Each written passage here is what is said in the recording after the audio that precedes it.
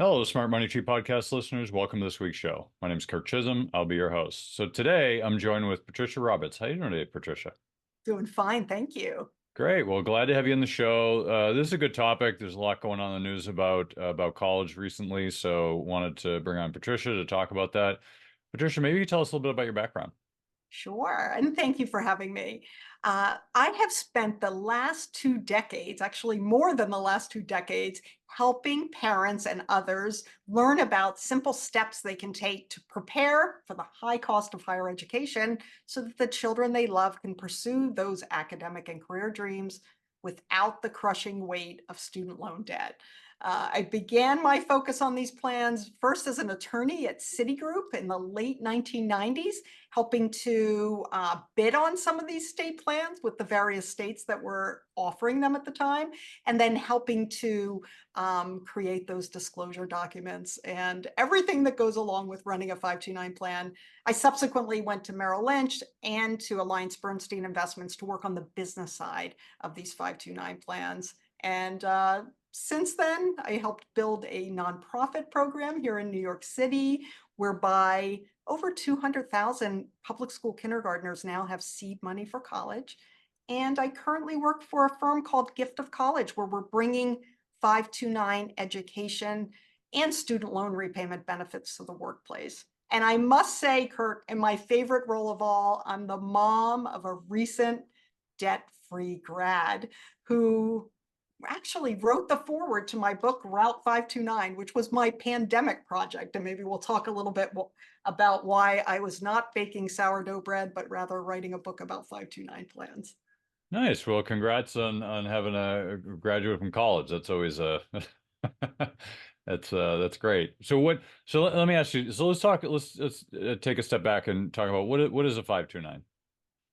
So a 529 plan, first of all, named after Section 529 of the Internal Revenue Code. I'm sure many of your listeners know about other sections of the code, 403B, 401K. This is a section of the Internal Revenue Code which creates a way for American families to save in a designated account for a particular purpose. And that purpose has been until recently just higher education. It got expanded to K to 12 and a few other purposes recently. So it's a dedicated account in which individuals put after-tax dollars, and when the contributions are made and grow in value, the earnings on those contributions are not taxed along the way, unlike other forms of saving and investing where individuals do pay tax on the earnings.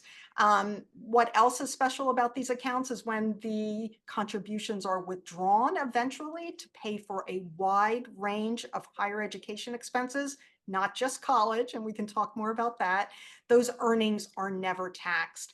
Beyond that, what's special about 529 plans is that 37 states and the District of Columbia offer an annual state tax deduction or credit to incent residents to invest in these plans. What's also special about 529 is that the account owner stays in control at all times of the account, unlike other ways that sometimes parents and grandparents set up accounts for young people, UGMA, UPMA, type accounts where the child gets access to the funds upon reaching age of majority.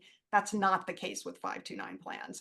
So dedicated account for a dedicated purpose that has some tax benefits associated with it. Nice. Nice. It's great. So let me ask you this, because there have been some changes recently in the 529s where I think you can use these for non-college, so like, high school or junior high or pre-college schooling, as well as I know there's a for people who don't finish it all. I want to get to that. But can you talk a little bit about it? They don't have to just be used for college, right? That's right. And even with respect to post-secondary education, it's not just college, it's trade and technical school, graduate and professional studies, 2-year, 4-year, community college, well beyond what people think of as traditional 4-year college. With respect to prior to that time, yes, you're correct. 529s were expanded a number of years ago so that account owners could use those funds for K to 12 tuition only, and they can use up to $10,000 a year for that purpose. Nice. And then, so one of the questions that comes up a lot when people are looking at 529s, they're worried about, well, what if I put in too much? So how does that work out for people if they put in too much and they don't use it all, or maybe they get a scholarship or some reason that they don't have to pay as much or at all? Yeah, these are great questions. So, as I said, the account owner is always in control of the account. Nothing's lost. There's this myth that you somehow lose it if you don't use it. Not the case at all. So, with respect to having too much in the account, which is often not the case. In fact, I think most individuals are saving about a year's worth of post-secondary education costs, those who are saving, and 65% of Americans know nothing, or 64% know nothing about these plans. But of those who are saving, most are not saving too much. But if they do, there's a new provision as of January 1st, 2024, this year, where if you've had the account open for at least 15 years, and there's some other criteria as well, which we can talk about, you can roll over up to $35,000 of that leftover balance to a Roth IRA. Now, the conditions are as follows. The account must have been open for 15 years. You cannot withdraw funds contributed within the 5 years prior, or the earnings associated with those particular funds. And it must be a direct trustee to trustee rollover for the 529 plan account beneficiary. So you're rolling over to a Roth for that future student you had saved for. Now they have money in their own name. And of course, subject to the Roth rules as well, whatever that annual amount is. I think it's $7,000 now. That's one thing you can do if you have money left over that you don't need or want to use for higher education. Another thing you can do is save the money in the account indefinitely. There are no time limits on most 529 plans, so you can save it for when that child has an epiphany and decides they're going to later go to school, or perhaps later for some other form of education. You can also save it for future children of that child, your grandchildren, for instance, if you happen to be the account owner.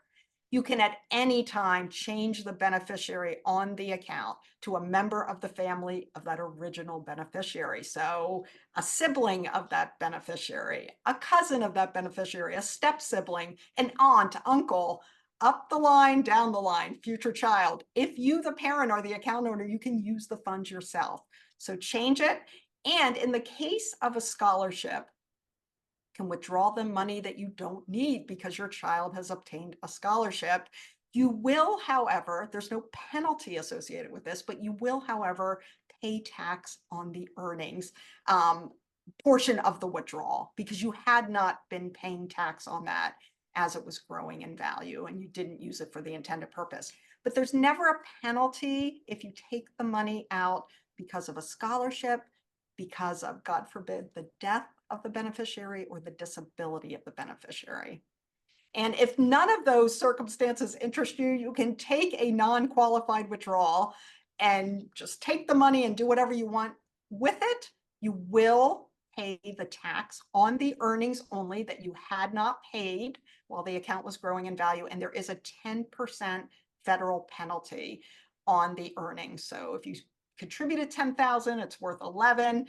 It's that $1,000 we're looking at that you'll pay tax on, and you'll pay a 10% federal penalty on. But that's only if you don't meet any of these other circumstances that I just spoke of. Okay, that makes sense.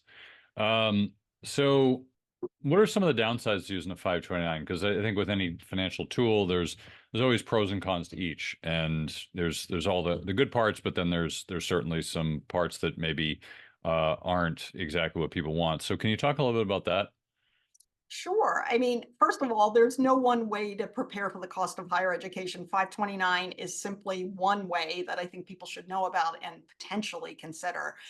In terms of the downside, I mean, if you are not even close to certain that your child's going to pursue some form of post-secondary education or need it for K to 12, maybe it's not the right investment for you. I mean, I explained all the ways that the account can be flexible should a particular beneficiary not use it.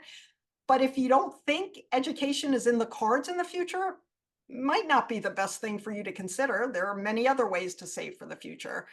What's another downside? I know that some people are frustrated with the fact that you can change investment direction for future funds only twice per calendar year. You can always, for existing funds, I should say, you can always change the direction for future funds, and you can always change the investment direction for the change in a beneficiary. Some people do that. But that's something that sometimes people don't like. Most are comfortable with it. Over 60% of investors go into these age-based or target date funds. So they're not really changing that often.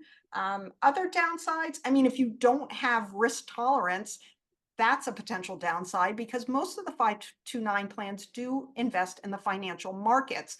Some do have FDIC insured options or stable value options that are much less risky, no risk at all in the case of a federally insured option.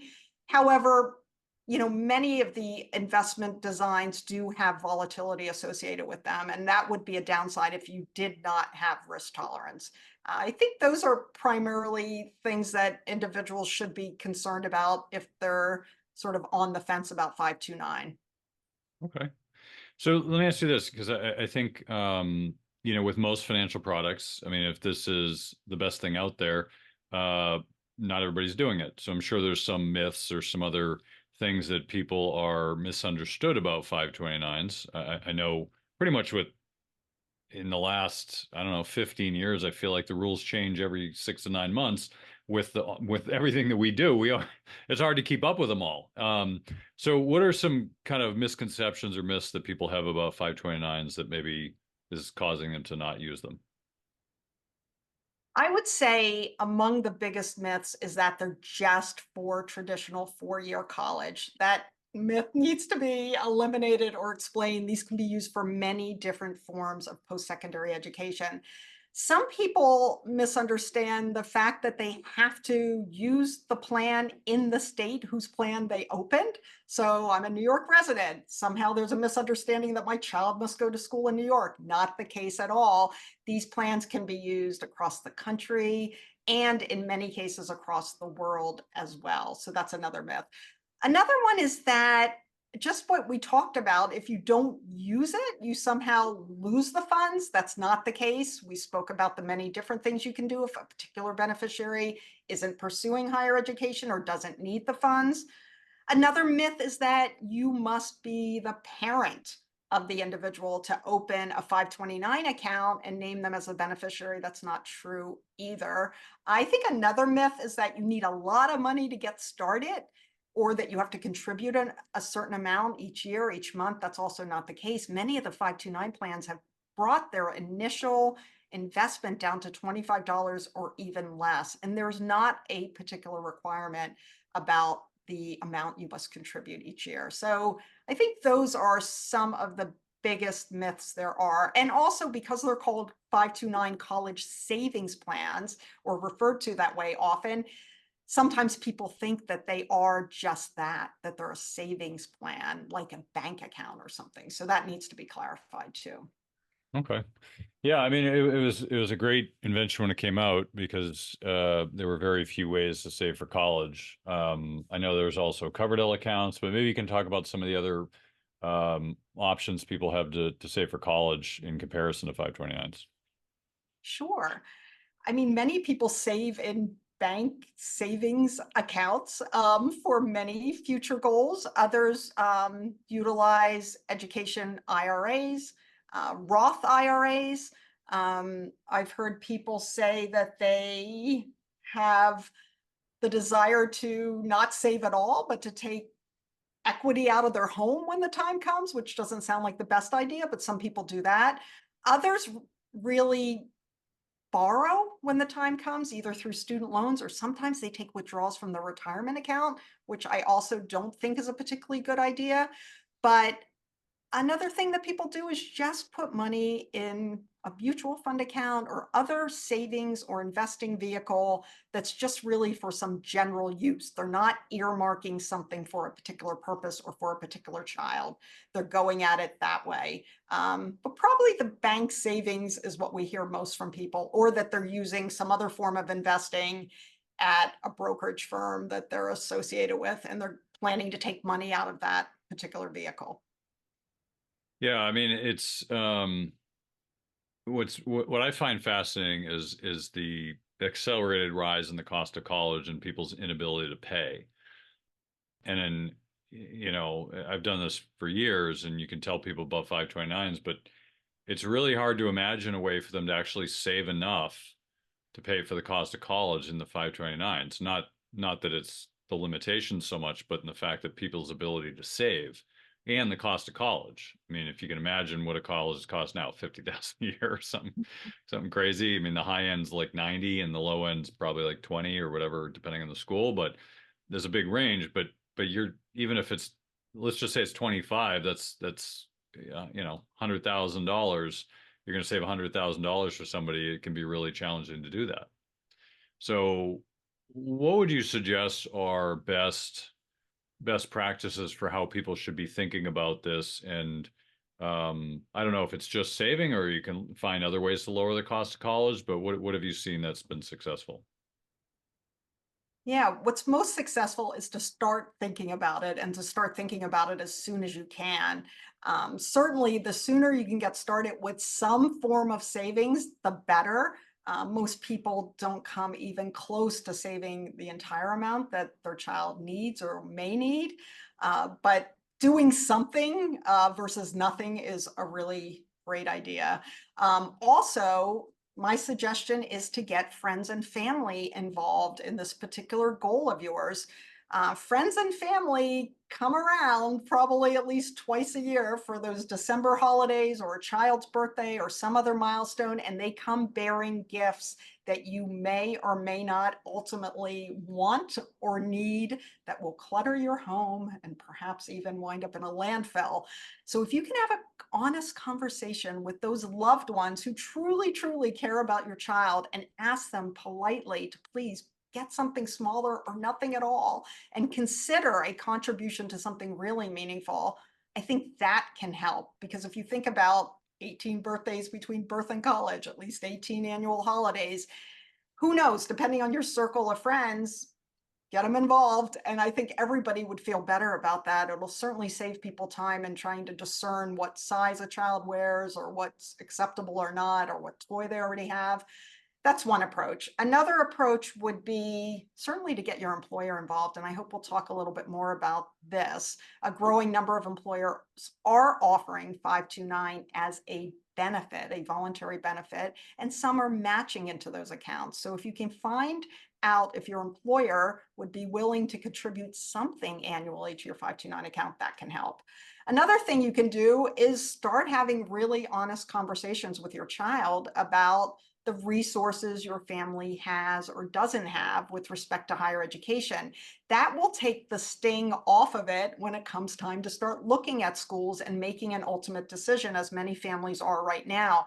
It is far too late when the acceptance letter to the dream school comes in the mail to start talking about the fact that you really can't afford that school when it comes to net cost after the financial aid award package. I would say another thing that families could do is, as the child grows and develops, if they've got a particular interest or talent that can be further refined, that might be scholarship worthy, definitely put some focus on that. I mean, there are many different forms of scholarships at many different schools. Schools offer merit aid, academic scholarships, sports scholarships, independent organizations offer scholarships. I'd look into all that. And the other thing I'd be sure to do with the child when talking about the resources you have or don't have is to really let them know that there's no one route to success. It doesn't have to be that they start off at the four-year college of their dreams. There are many ways to do this. They can work and have an employer contribute via tuition reimbursement. They can go part-time. They can live at home and go for the first year or two. I mean, it doesn't have to be that every child pursues exactly what they want, particularly if a family can't afford it, because it really may be a dream school or a dream experience at that time, but it can be quite a nightmare for 10 or 20 years down the line when someone, and it's likely to be the child, is repaying the cost of it. Yeah, that's a big burden for most of our youth today is repaying that debt, which, can take a long, long time to repay when your income is not going to really live up to that, especially in the earlier stages. Let me ask you this. I mean, you said there's 38 or 39 different 529 plans. How do you choose between them? Like each state's different. Like, do you choose a state plan? Do you use an out-of-state plan? Like, what's the best way to go about this process of figuring out what's the best 529? Sure. So the number 37 in District of Columbia was the number of states that have state-specific tax advantages for plans. The number of plans actually exceeds 90. So every state except Wyoming has at least one plan, and some states have multiple plans. They have a direct sold plan and they have an advisor sold plan. So you have a lot to choose from. So what's the best way to go about it? If you happen to have a financial professional in your life who is advising about other forms of your wealth or wealth planning, definitely consult with that individual to see what they would think. It would be foolish to not have some advice and guidance on this if you have a professional who's guiding you in other ways. It is not necessary to do that, but you might as well do it if you have someone in your life. This is often the second largest investment that a family will make, second only to home purchase. So you don't want to take it lightly if you're trying to plan ahead for it and you have other objectives, such as retirement, such as other financial goals that you're preparing for, because it needs to be worked in. If you don't have a financial professional or you're comfortable going it alone, as I think more than 60% of 529 investors do, there's plenty of information online and there's plenty of ways to compare one state plan versus another. What's important to know is while it's always a good idea to look at your state plan first, just to see what's special about it. Gee, are there lower fees for state residents? Or gosh, do I get an annual state tax deduction or credit for investing in this plan? Start with your home state, but then look beyond that if you choose to, because you can invest in any state's 529 plan and you can have multiple accounts. You can have one in your home state to take advantage of that annual tax deduction or credit. And then perhaps you prefer investment options in another state's plan, you can have that as well. So you don't need to be limited. What else do you look at? I mean, every plan lists their past performance history over 3, 5, 10 since inception years. While past performance is not necessarily indicative of the future, you can certainly see how plans have performed. And there are also ratings of these plans.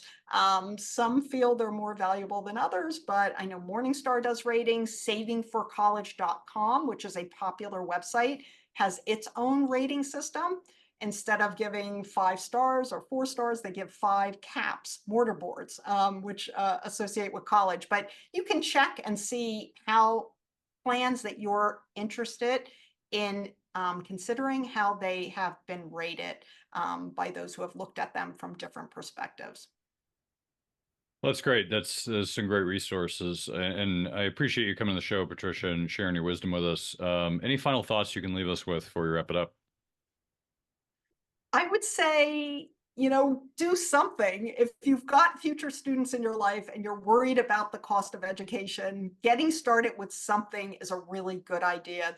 As I said, there's no one way to go. I would take a look at 529 plans. I think they've got a lot of wonderful benefits associated with them, but there are other ways to do it as well. But do something. I think you'll feel better having gotten started. Right. Well, appreciate you coming on the show, Patricia. And where can people find more about you? Well, I'm with giftofcollege.com, so you can check there whether you're an employer interested in those kind of benefits or just someone interested in what our platform does, which is crowdfunding for college. And also, I'm very active on LinkedIn, and my book, Route 529, A Parent's Guide to Saving for College, is on Amazon. Great. Well, thanks again, Patricia. Look forward to having you on in the future. Thank you so much. Hey, Doug, did you hear? We're giving away free money. Well, I'll tell you about it in a minute, but before I do, there's a saying in the mining community, well, precious metals mining, that is. The saying is that if you want the best deals, you have to be in the room. Now, you're probably thinking, what does it mean to be in the room? Well, I'll tell you. Being in the room means that you're on the short list of people who get invited to be a part of the best deals. These are the deals that most investors will never have access to. Mean like IPOs? Nope, IPOs are chump change. Those are for retail investors, small potatoes. That's nothing compared to these deals. These deals would have you salivating to get access to them. Once you know they exist, you will never look at investing the same way again. I almost don't want to even tell you that they exist because it will ruin your thinking of how the investing world really works. Now, you might be excited that these deals exist, but you only have access to the deals if you're an insider, or in the room as they call it. Now, as loyal listeners to the show, I'm going to give you a chance to be in the room. Money Tree Investing Podcast has created the Insiders Club. This is a community of our show's members who are loyal listeners of the show and want to get more out of their investing experience. Being a part of the Insiders Club gives you insider status for upcoming events and webinars, discounts, free stuff and books, and influence on the future direction of the show. This is a great opportunity to join us as we expand our content and services. Oh, and did I mention free money? Yes, in the next few weeks, I'll be giving away free money to our members of the Insiders Club as my appreciation for listening to the show. Now, there's no cost to join the Insiders Club. Just go to moneytreepodcast.com/free money today to join the community. That's www.moneytreepodcast.com/free money. I hope to see you in the room.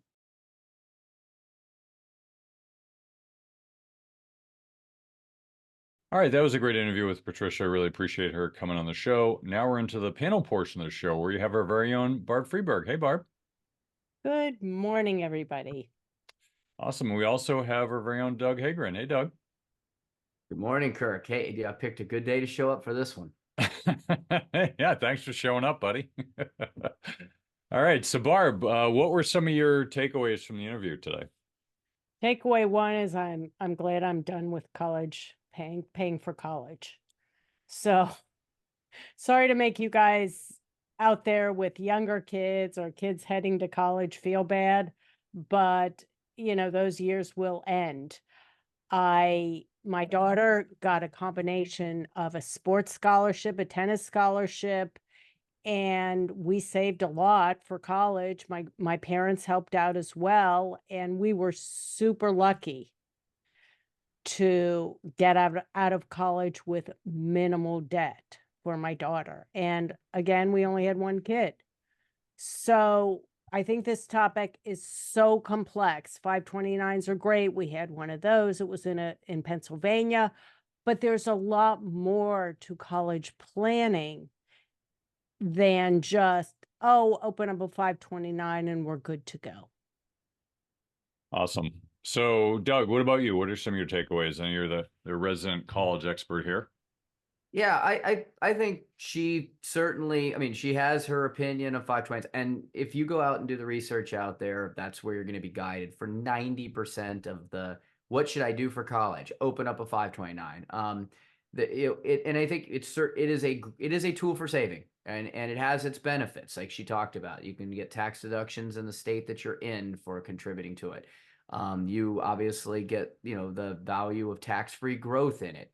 But I think for the most people, again, this is college savings, and it sounds good. I talk to people every single day who have saved, who some have never saved for college, but let's talk about the ones that have.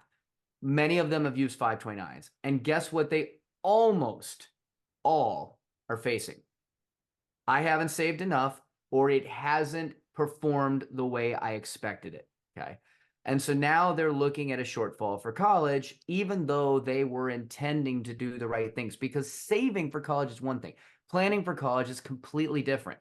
And they've come out and done studies from retirement planning studies about the impact of not having someone working with you who truly understands how to plan for college. And but most financial advisors are just not, and individuals, of course, but most advisors are not adequately trained in understanding the nuances. And this has led to, I mean, go out there and look, the amount of student loan debt that is currently out there on the books.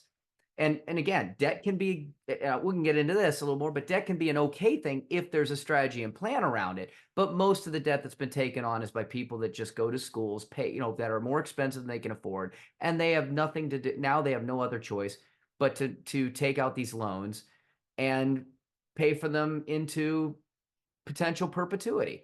On the other hand, they're planning and they're saving for college. They're doing these things, but down 40% of people are saving enough for retirement, right? So there's a lot more that goes into it, because every dollar you take and shift away from one goal is going, or towards one goal is going to shift away from another goal. And this comes back into a real understanding of priorities and what you're trying to do financially that may completely change the way a strategy for college may be right for you. Yeah, no, thanks, Doug. So let's talk about ways that you can save, because I know obviously we just talked about the 529s in this interview, but that's not the only way. So Barb, in your experience, like when you went through it, I know things have changed. They change all the time in this area.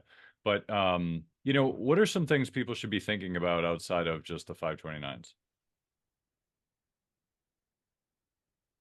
One of the things you have to think about is how long you have until your child goes to college, because investments in the stock market are extremely, extremely volatile.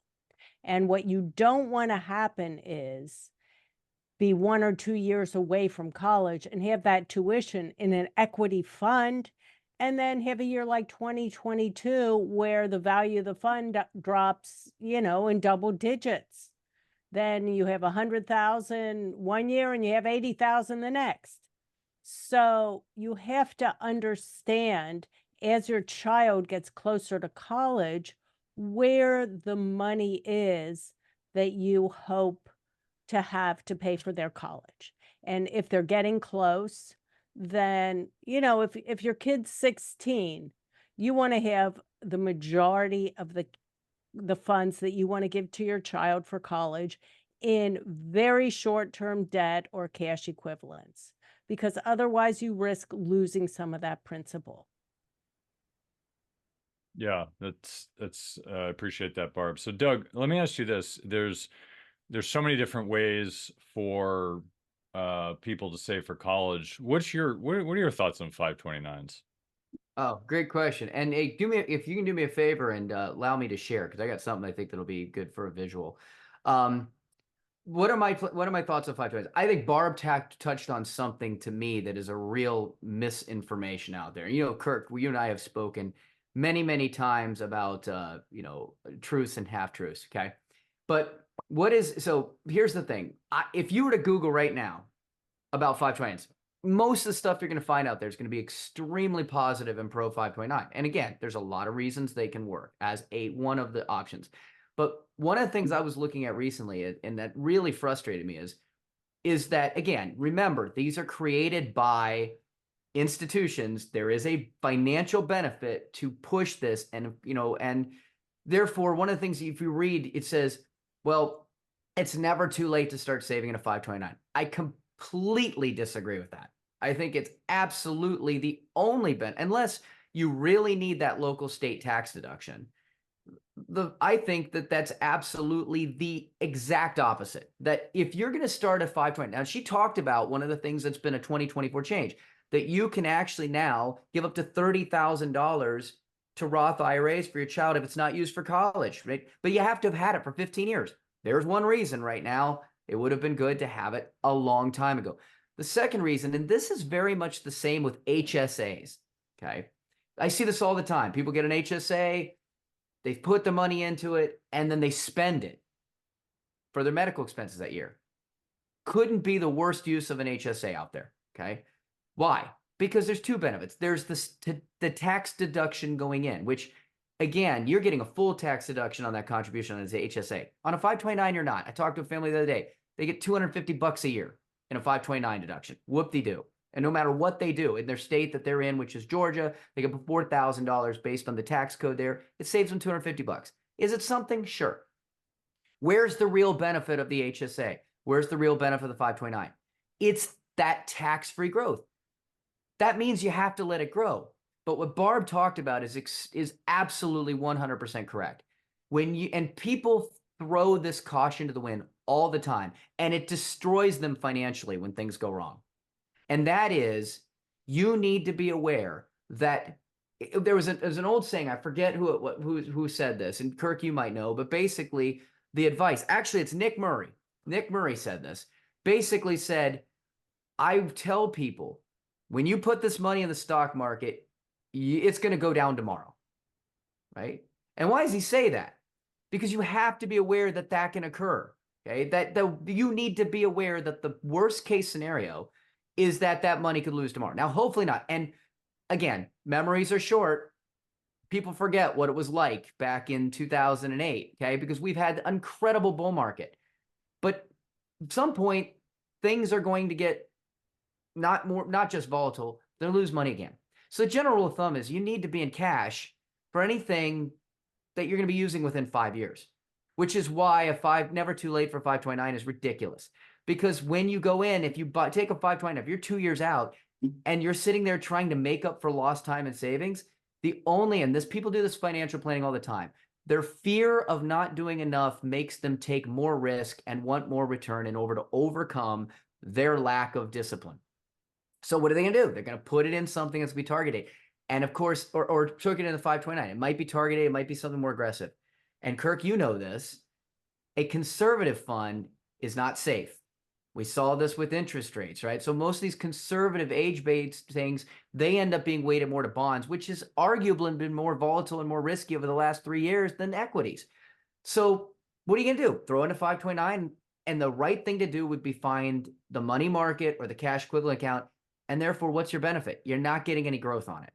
So to me, if you're a late stage financial or college plan funding family, you've got to look at other alternatives. Okay. It might be one. It might still be your right option, but you got to look at other alternatives. So I wanted to share really quickly some of the things that people can look at when they're talking about saving for college. This is just a list of a couple different things that are out there. This is not an exhaustive list, because on this list does not include using home equity.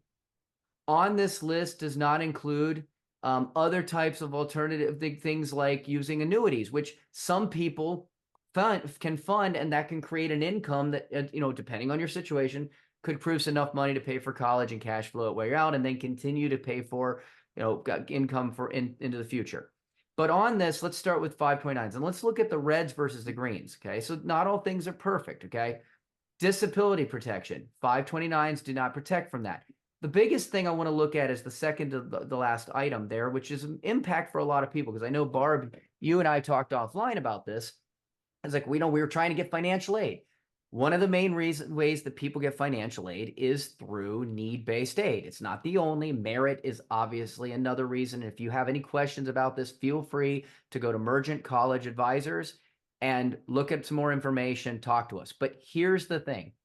Financial aid invisible, they're going to look at certain things. Now, if it's out of all the colleges out there, about 3,000 schools, FAFSA's most of them. About 400 schools use additional forms and ask for more things. They want to see, what could you use to pay for college? And some of these schools are going to use your home equity. Some of these schools are going to use your retirement plans.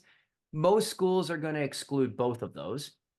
But guess what? 529s are always looked at. And we've actually seen data, okay? Because the schools will not tell you. It's a game. Their best interest is to make you pay more. As a matter of fact, being able to afford college is a #1 reason why they may accept you. So you might be an average student, but if your family can pay, amazing how that greases open the doors. They're in business, okay? So when you look at this, if you are looking for need-based aid, invisibility matters. And here's the thing, 529s have actually been shown to potentially, they won't admit this, impact merit aid as well. Because Merit aid, especially for a lot of generous schools, they're going to use that school as preferential, that merit aid as preferential treatment. They don't just hand it out automatically. They look at who they really want and who needs it. But we've seen situations where merit aid has come in lower than it should have for certain people. And when you go back and do the calculation, you can say, wait a second, the only thing that could have affected this is the money they had in the 529, because colleges absolutely under all circumstances say that's our money. Okay. So it can impact you if you are looking for aid of any kind. Now, that doesn't necessarily mean it's not a reason to use it. They may be great. They may still be the right reason to use it. But know that once you declare that, it's going to be something that they are going to absolutely look at under all circumstances. Now, Kirk, there's other things that you mentioned in your interview, like Coverdell's. We don't see those used as much anymore because Coverdell's used to be able to be flexible and used for things like high school. Okay. 529s were only used for college education. That has changed. So now the 529s can be used for, basically all forms of qualified education, accredited education. We don't see Coverdell's really being very, very popular anymore. Okay. Now the difference between a 529 and a Coverdell is a Coverdell you can open up at almost any brokerage and you can invest in whatever you want. A 529, though, you're kind of pigeonholed into whatever they want to show you. So it's very narrow investment options, which is also part of, I think, the challenges of a 529. Okay. Both of these, I talked about the cash issue. Neither one have guaranteed growth. As a matter of fact, the only way you're going to get guaranteed growth and not lose money is to either have it in cash or some type of cash equivalent. Okay. That's just a fact. Now, there can be investment related holdings you can put your money into that are tied to the markets, indexes. Again, these are things that I don't want to get too much in the weeds on. There are ways to grow with market growth, but protect your money. And again, that may or may not be important, especially based on your time frame.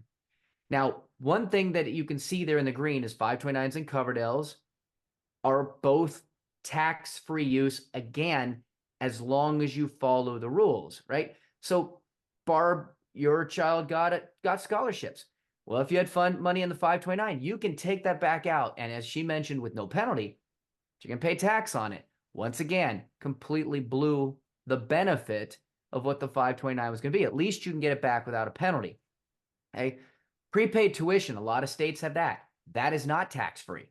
Okay, so that's something to be really aware of. UTMAs and UGMAs were mentioned in that interview. Again, you can see all the reds there. That's actually in the name of the student. It is assessed at a much higher value for financial aid.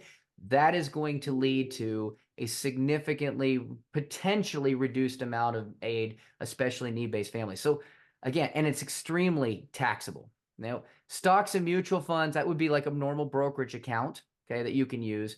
Roth IRAs, this is one that is definitely, certainly usable, but is limited based on income limits. So you can only fund Roth IRAs up to a certain, up to basically around $200,000 in income. I know it's shifted a little bit. So if you're above that, it's not going to be an option for funding. And again, it's retirement money. And going back to the fact that 46% of people have saved enough for retirement, pulling money out of your retirement may not be the great thing. Now, there's one other thing on here that some families use, and I'm not saying it's right for everybody, but the one on the left is cash value life insurance. There's a lot of, especially higher net worth families that have some sort of cash value life insurance policy, and many of them have found it very successful ways to use that and borrow against that for college. There are families that have started to fund that. I've talked to college advisors who use that very successfully. Again, none of these are necessarily the perfect solution for anybody. But if we look at between borrowing from your house, we look at these different things, we look at the pros and cons, the reds versus the greens, and most importantly, and I think I can't stress this enough, what you need to do financially for your own security. You cannot take a loan for retirement. You can for college. And therefore, that in itself may change in many ways how you decide or what's going to be the right best plan for you in order to decide, to determine where you should be saving for college, how much you should be saving for college, and at the end of the day, ultimately, what type of strategy you want to go about in terms of just picking the college in the first place to make sure that it's going to be something that's affordable for you and your family. Yeah, appreciate that, Doug. So, so Barb, what are other things people should be thinking about? Because, practically speaking, college has gotten really expensive. Um, some people talk about it being a negative ROI now, whereas the amount of money you're spending on college, you're not getting that back in terms of income, afterwards, whereas you used to, but now the dynamics have changed because it's so expensive. So what other things should people be thinking about as they're looking to save for college or even getting close to college for their kids? The world is very friendly to people seeking skills for employment today. College, first of all, is not the answer for everyone. And fortunately, that's okay. There are a lot of careers, a lot of professions that you can get a certification for. You can go into the trades. You can do a lot of different jobs, plumber, electrician, HVAC, cyber security, which happens to be in one of the most high demand fields out there. In other words, there are a ton more jobs for cybersecurity than there are people qualified to do that. There are certificate programs you can get for that and kind of circumvent the huge costs of college. That's one option. Another option that I love, community college is very affordable or free in some states. 2 years in community college will slash your costs, and then you can transfer to a state school or even an online college, which, they're abundant as well. When my daughter was in college, I never even heard of an online college, although I'm sure there were some. It just was not in our radar. But you go to a community college for a couple years, go into an online college or a state school, and your costs are going to be so much lower. And one of the things is, oh, I want my child to have the college experience. Well, maybe that's an important reason, maybe it's not. But don't eschew any of the other options out there. Because, like Doug said, you don't want to sabotage your own retirement for your child. Because otherwise, they're going to have to end up paying for you anyhow in old age, and nobody wants that. Nobody wants that. Yeah, so obviously, I mean, college is a big part of the family financial dynamics, and I think a lot of people struggle with that because it's such a huge burden. But Doug, when you get into things like the FAFSA, one of the biggest challenges I've seen with families is they get really overwhelmed really quickly with all of this stuff. I mean, I do this superficially, like, through people like you and Jack and a few others. And it's like, to me, I'm just overwhelmed. Like, there's just so much stuff. And college is what they would call a confusopoly. It's deliberately confusing, so you can't tell the value of the service you're getting because it's basically a commodity, right? You're getting a college education. You could say, well, one's better than the other, but a lot of it's experiential and the learning you can pretty much do on your own now. You can get free college education now online, and you can get MIT's courses and a bunch of other Ivy's courses online for free. So it's not about the content, it's about the experience. So what other things should people be thinking about? Like how should people be thinking about FAFSA, and what are maybe some alternative strategies people can use to either save money in college or maybe even choose another avenue altogether? Well, that's a loaded question, Kirk. There's a lot built into that one. Of course there is, Doug. Yeah, That's yeah. why I asked So, yeah, beautiful. So let's start with let's start with the beginning, the overwhelming part. Here's what's changed, especially with college planning over the last 10, 15 years. It used to be that there was really a lack of access to information, right? And so it was really just kind of just going down that and learning as you go. And what we used to call in the old 401k world, cubicle talk. Like, what are you doing in your 401k? Oh, that's what I should do in my 401k, right? Every family's different. nowadays there really is a wealth of information out there. A family can go out there and get all the information that they need to be able to go down this road and make these decisions. The issue is, and you know this very well, both of you, in the world of finances, that too much information can also be a dangerous thing, right? And what is the source and behind that information?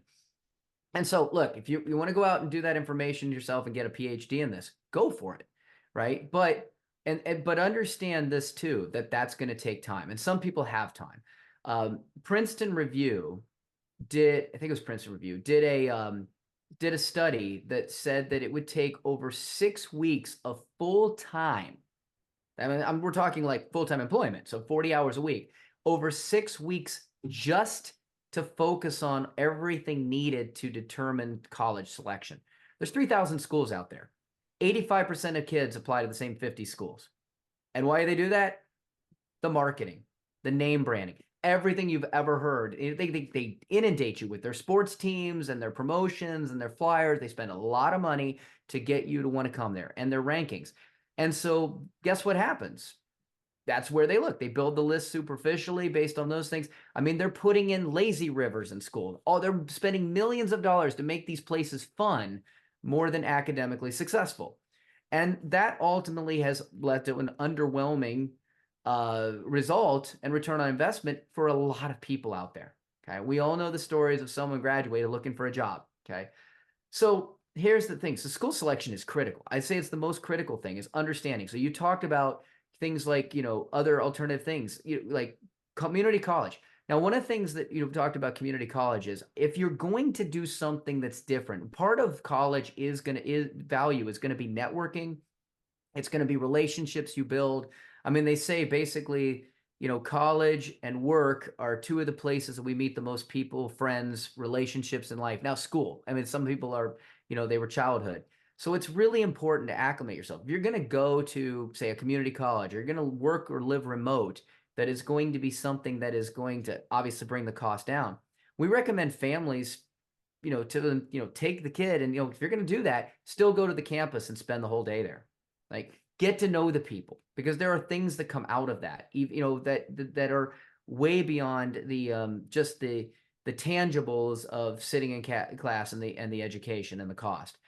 You talked about skills, trade schools. I think more than ever. I mean, you can, yes, and I've talked to people that are in the trades, and I know people in the trades would recommend their kids not go into the trades. Why? Because it's hard work, and it's hard on the body, and you can't do it forever. Okay.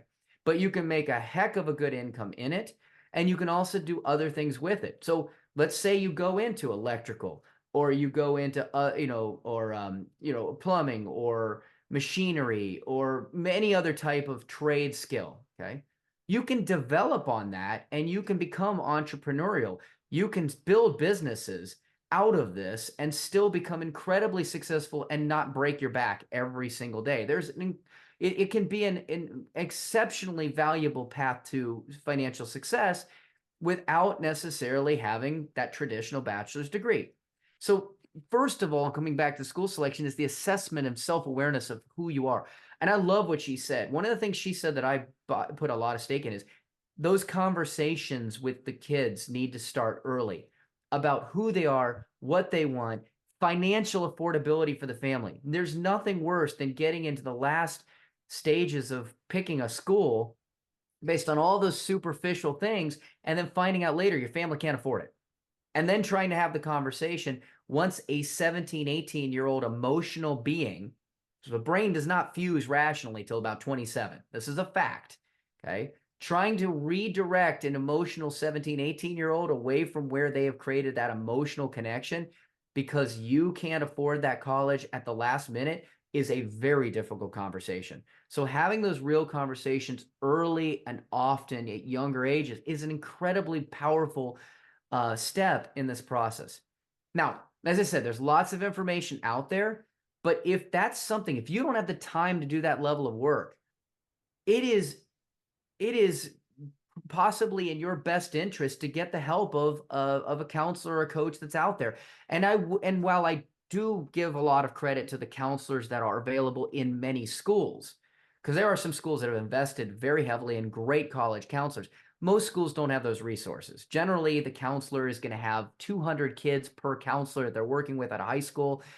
They may have a degree, if anything, in education planning that might be around FAFSA or funding, but it's not necessarily going to be at the level of understanding all the nuances and steps of school selection and funding and all of those things financially that you need to know. And ultimately, they may not be prepared to or have the time and dedication to guide. So you may want to go out there and get some help. FAFSA filing is free. Legally, nobody can charge you for FAFSA filing. But helping with all of the other things or not making those mistakes may be worth your time. I'd say on average, it may cost you for a really good planner the equivalent of 1 to 2 months of tuition, right? So that could be $3,000 to $6,000 for someone to really sit down with you and work with the kid to determine what's the right career path, what's the right financial path, what's the right, filing FAFSA and not making mistakes. If you're a need-based aid family, 92% of FAFSAs that are filed have errors. That's from the Department of Education. That means 9 out of 10 people may potentially be losing scholarship money because they didn't fill out the forms correctly. That's an egregious error that, again, just having that second set of eyes, make sure that you do it right, that you're not putting the wrong thing down. Like, what are your investments? Oh, you throw your home equity on there. Oops. Or you throw your retirement on there. Oops. And then all of a sudden you lose the aid. This is a common one that happens because the forms can be very, very confusing. We joke that with FAFSA, grab a glass of wine. The form that's needed for about 400 of those other schools that use additional, grab the bottle. Okay, they are extremely cumbersome to go through, and that's before you start getting into the nuances of cumbersome work that has to go in the applications. And schools have individual applications, but then there's Common App, which basically is a catch-all trying to cover everything that schools may want to know. It's a lot of work. So I think financially is certainly a powerful conversation here, but your peace of mind, minimizing errors, and your time, okay? How much time do you have? That is a cost right there. And I think if we add all that up, you just have to ask yourself, is it worth the help to do it right and and I think this is a big reason the help is valuable, is you're having these conversations with your child. Kids don't like to listen to their parents. Raise your hand if you know that to be true, okay? So a third party resource that's actually working with the child, that's guiding them, that's allowing them to simplify the steps. These kids are overwhelmed. Have you seen what they deal with these days? It's harder than we went through in schools. It's more competitive than it ever was. The amount of work that they're doing, the amount of the testing that they're doing, the amount of demands that they're against, all of those things are overwhelming our kids. Okay, so if we can just put in a process to simplify it down for them so they can actually enjoy their high school career, that they can enjoy especially their junior and senior career, that right there may be a really powerful reason to invoke some help to simplify it for everybody and actually enjoy those years that are going to go so fast. I know we're going to wrap up on time. There's one thing I do want to talk about loans, but I want to turn it back to you. If we have time, we'll get to it. But yeah, hopefully that answered your question, Kirk. Yeah, thanks, Doug. Appreciate it. So Barb, final thoughts from you before we wrap it up. Well, like all financial planning, there's a lot of nuance to it. And I liked what Doug said was you really can learn on your own, but you need to be willing to put the time and effort in. And if you do want to hire someone to help you with this phase, you do want to weigh out the cost of your time. And you also want to vet the person or the organization that you're hiring to make sure they're going to fit your needs. Another benefit is if you have more than one kid, you're not going to have to hire the person for every kid because you get the information once and then you kind of understand how it works out. So I wish this was simpler, kind of like the tax system and so many other things. There's so much complexity here. Don't get overwhelmed. Start early. I would say, start early learning about this a process even when your child might be in elementary school. I'm not saying start with your child discussing college, because that I don't think is a good idea. Please do not get me wrong with that. That is a bad idea. But as a parent, start educating yourself there at that time, and you can begin your journey to understand what your options are going to be. I'm Barbara Friedberg. You can find me at Barbara Friedberg Personal Finance and on YouTube. Great. Thanks for coming on, Barb. And Doug, final thoughts from you, and let's hear about the loans too. I want to share this first because we just go into the loan side of it. I want to make it very clear that I do not believe that anybody should be going out there taking on debt for something they can't afford. Okay. So I think and families do it all the time, and you can see it here. $1.7 trillion in student loan debt out there, averaging $38,000 per student. Okay. But debt can sometimes be used strategically. Okay. If you think about the way you own a house, you use debt strategically for it. Okay. And you buy that debt, you buy that house, that asset has an appreciation to it. And even if you have the debt, people always worry about the interest rate that they're paying on the debt. Guess what? You're also getting interest on the asset that you own. So sometimes it may be in a family's best interest, especially if you need to be saving more for retirement, to actually take on student loan debt so that you don't just give money away to college that you can't afford to give away when you need to be saving that for yourself. The other thing is people focus on debt, but here in life, and especially in the last, financially in the last 3 years, inflation has finally come back as a real problem. Okay. We didn't see it for a long time, but now we are starting to see it, and it may be here to stay. Okay. So think about the things in your life that are actually getting more expensive: food, clothing, utilities, cars. What's one thing that housing, taxes, insurance, what's one thing that doesn't get more expensive under any circumstance is installment loan debt, fixed debt. Okay.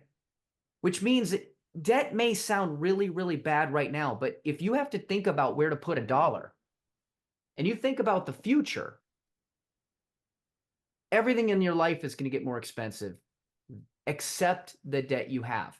And so I want to show this really quickly because I think this puts into perspective something that most people don't understand. Okay. Now, this is something I use for house planning, but let's say you have a $2,500 payment on your mortgage.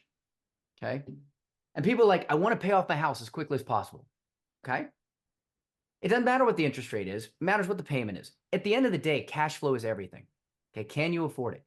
Now, right now, that's going to feel very expensive. $2,500 a month feels like $2,500 a month. But if we have 4% inflation, if we go out 10 years from now, that $2,500 a month payment is only going to feel like $1,600. It's actually going to get less expensive the longer you go out against everything else that you're paying for. If you go out another 10 years, it's now going to be only the feel of $1,100 a month. If you go out 30 years, it's now down to $700 a month. I want to use that same concept for, say, a student loan. If you have to take a student loan, and if inflation is at 4%, a student loan 30 years from now, even if you never pay it off, because some people are like, look, it is what it is going to feel like a $300 payment. If you look around right now, $300 is probably the utility bill for a lot of families. Go back to the 1970s and 1980s, and people bought houses. And again, the houses were cheaper at that time than they are today. And they took out loans at maybe 18%. And those loans were probably, I can run another calculation, but if it was a $18,000 loan, as a matter of fact, just want to do this really, really quickly. If I did an amortization schedule and we looked at, say, maybe a $100,000 home, but the 18% interest on a 30-year mortgage, you would have paid a monthly payment of $1,500 a month back in like 1980, if that's what you took out for a house. It was a lot of money. And it felt like a heck of a lot of money to someone at that time who would be paying $1,500 a month. But $1,500 then, if we go back to the last screen that I was on, if I can get there quickly, that $1,500 today, if they just let that money ride, 30 years later, well, actually, we're close to 40 years later from 1980, it now feels like $312. It doesn't feel near as bad as it did. Now look at everything else in your life, the cost of food, the cost of clothing, everything else exponentially more expensive. So when you think about where you should be putting your money, should it be putting it to pay off that debt, or should it be putting it towards just cash flowing college so that you don't have debt? Or should it be saving it for those things in your future that are going to get exponentially more expensive? Now, that's not a right or wrong answer, but that is incredibly important for you to be thinking about when you do your planning for any type of major purchase, whether it's a car, housing, or college.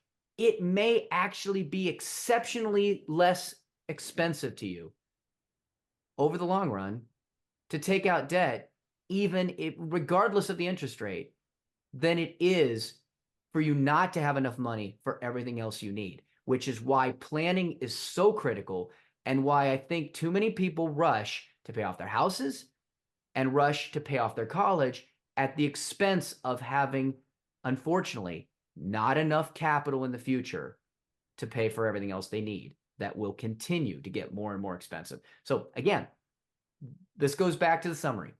Should you use a 529? Maybe, maybe not. The real question is bigger than that. What is the right plan for paying for what college your child should be going to, if college, and how should you pay for it is a much bigger planning conversation than just picking a tool and throwing money into. Yeah, Doug, where can people find more about you? Appreciate your insights here because this is your background.